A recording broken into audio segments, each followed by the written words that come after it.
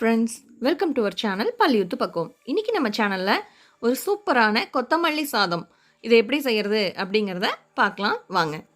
அதுக்கு முன்னாடி இதுவரைக்கும் நம்ம சேனலை சப்ஸ்கிரைப் பண்ணல அப்படினா மறக்காம சப்ஸ்கிரைப் பண்ணுங்க. கூடவே இருக்கக்கூடிய பெல் ஐகானையும் பிரஸ் பண்ணுங்க.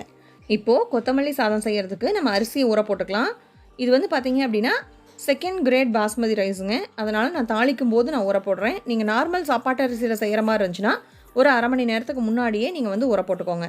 இப்போ ஒரு ட்ரை பேன்ல 1 ஸ்பூன் கொத்தமல்லி, வர கொத்தமல்லி, 1 ஸ்பூன் ஜீரகம் இது ரெண்டையும் சேர்த்து லைட்டாக ஃப்ரை பண்ணிக்கோங்க. இப்போ இந்த வறுத்ததை நாம மிக்ஸி ஜாரில் சேர்த்து பவுட்ரு பண்ணிக்கலாம். அந்த பவுட்ரு பண்ணும்போது பார்த்தீங்கன்னா ரொம்ப நைஸாக பவுட்ரு பண்ணக்கூடாதுங்க, கொஞ்சம் குறன்னு இருக்கிற மாதிரி பவுட்ரு பண்ணிக்கோங்க. இப்போ அந்த பவுட்ரு பண்ணதை ஒரு பிளேட்டில் ட்ரான்ஸ்ஃபர் பண்ணிக்கோங்க. இப்போ அதே ஜாரில் நாம் என்னென்ன பொருள் சேர்த்தணும்னு பார்க்கலாம். இப்போது இது கொத்தமல்லி சாதம் அப்படிங்கிறனால நல்லா உங்களுக்கு எவ்வளோ கொத்தமல்லி தழை போடுறீங்களோ அந்தளவுக்கு ஃப்ளேவர் சூப்பராக இருக்கும். இப்போ நான் வந்து ஒரு 2 கைப்பிடி அளவுக்கு நான் கொத்தமல்லி தலையை சேர்த்துறேன். இது நல்லா அலசிட்டு நல்லா கட் பண்ணி வச்சுருக்கேன், அதை சேர்த்துக்கலாம். கூடவே சாப்பாட்டுக்கு தேவையான காரம், உங்களுக்கு எவ்வளோ காரம் தேவையோ அந்த மாதிரி நான் வந்து ஒரு 4 பச்சை மிளகாய் சேர்த்திருக்கேன். உங்களுக்கு எக்ஸ்ட்ரா காரம் வேணுன்னா கூட நீங்கள் சேர்த்துக்கலாம். ஒரு சின்ன துண்டு இஞ்சியை கட் பண்ணி வச்சுருக்கேன், அதையும் இதில் சேர்த்துக்கலாம். ஒரு 4 பல் பூண்டு அதையும் சேர்த்துக்கலாம். ஜாஸ்தி இஞ்சி பூண்டு இதுக்கு தேவை கிடையாதுங்க. இப்போ இது எல்லாத்தையும் சேர்த்து இந்த மாதிரி நைஸாக அரைச்சிக்கலாம். இப்போது தாளிக்கிறதுக்கு ஃபஸ்ட்டு ஒரு பாத்திரம் வச்சுக்கலாம். இப்போ நான் ஓப்பன் பேனில் தான் செய்ய போகிறேன். நீங்கள் குக்கரில் செய்கிறதுனாலும் இதே ப்ரொசீஜர் தான். குக்கர் வச்சுக்கோங்க. இதில் நம்ம ஒரு 2 அல்லது ஒரு 3 ஸ்பூன் ஆயில் விட்டுக்கலாம். ஆயில் லைட்டாக ஹீட் ஆனோடனே ஒரே ஒரு பிரிஞ்சி இலை, ஒரு சின்ன துண்டு பட்டை, 2 லவங்கம், ஒரு ஏலக்காய் இது எல்லாத்தையும் சேர்த்துக்கோங்க.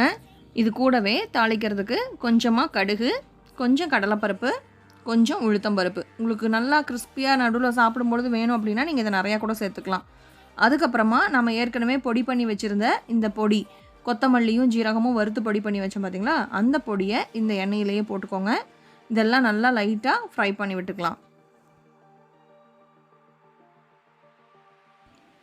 ஒரு பெரிய வெங்காயத்தை கட் பண்ணி வச்சுருக்கேன், அதையும் இதில் சேர்த்துக்கலாம். வெங்காயம் வதங்குறதுக்கு லைட்டாக உப்பு போட்டுக்கலாம்.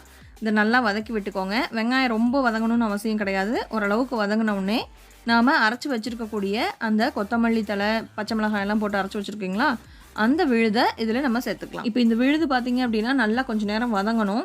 நம்ம அந்த பச்சை வாசம் போகணும். ஊற்றின எண்ணெயெல்லாம் பாருங்கள் பிரிஞ்சு வருது. இந்த அளவுக்கு லைட்டாக நல்லா வதக்கிக்கோங்க. வதக்குனதுக்கப்புறமா அந்த மிக்ஸி ஜாரில் கொஞ்சமாக தண்ணி சேர்த்து சேர்த்துக்கலாம். இப்போது நம்ம தேவையான அளவு தண்ணி சேர்த்துக்கலாம்.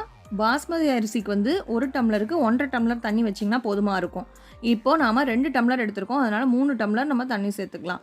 3 டம்ளர் தண்ணி சேர்த்துறதுக்கு நம்ம ஏற்கனவே வந்து அந்த மிக்ஸி ஜாரில் கொஞ்சம் கழுவி தண்ணி சேர்த்துருந்தோம். அதனால் அதுக்கு தகுந்த மாதிரி பார்த்து மீதி தண்ணியை சேர்த்துக்கலாம்.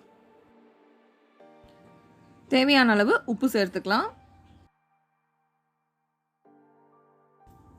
இப்போ இதை ஒரு மூடி போட்டு மூடி வச்சுக்கலாம். நல்லா அந்த தண்ணி கொதிச்சு வரணும். இப்போ பாருங்கள் நல்லா தண்ணி கொதிச்சுட்ருக்கு. இப்போ நாம் இதில் ஒரு அரை எலுமிச்சம்பழத்தை பிழிஞ்சு சேர்த்துருக்கேன். எதுக்காக அப்படின்னா நம்ம இதில் தக்காளி பழம்லாம் எதுவும் சேர்த்தலை, அதனால கொஞ்சம் அந்த புளிப்பு சுவை வேணும் அப்படிங்கிறக்காக ஒரு பாதி எலுமிச்சம்பழத்தை மட்டும் பிழிஞ்சு அந்த சாறை சேர்த்திருக்கோம். இப்போ பாருங்கள் தண்ணி நல்லா கொதிச்சு வருது. இதில் நாம் அரிசியை சேர்த்துக்கலாம்.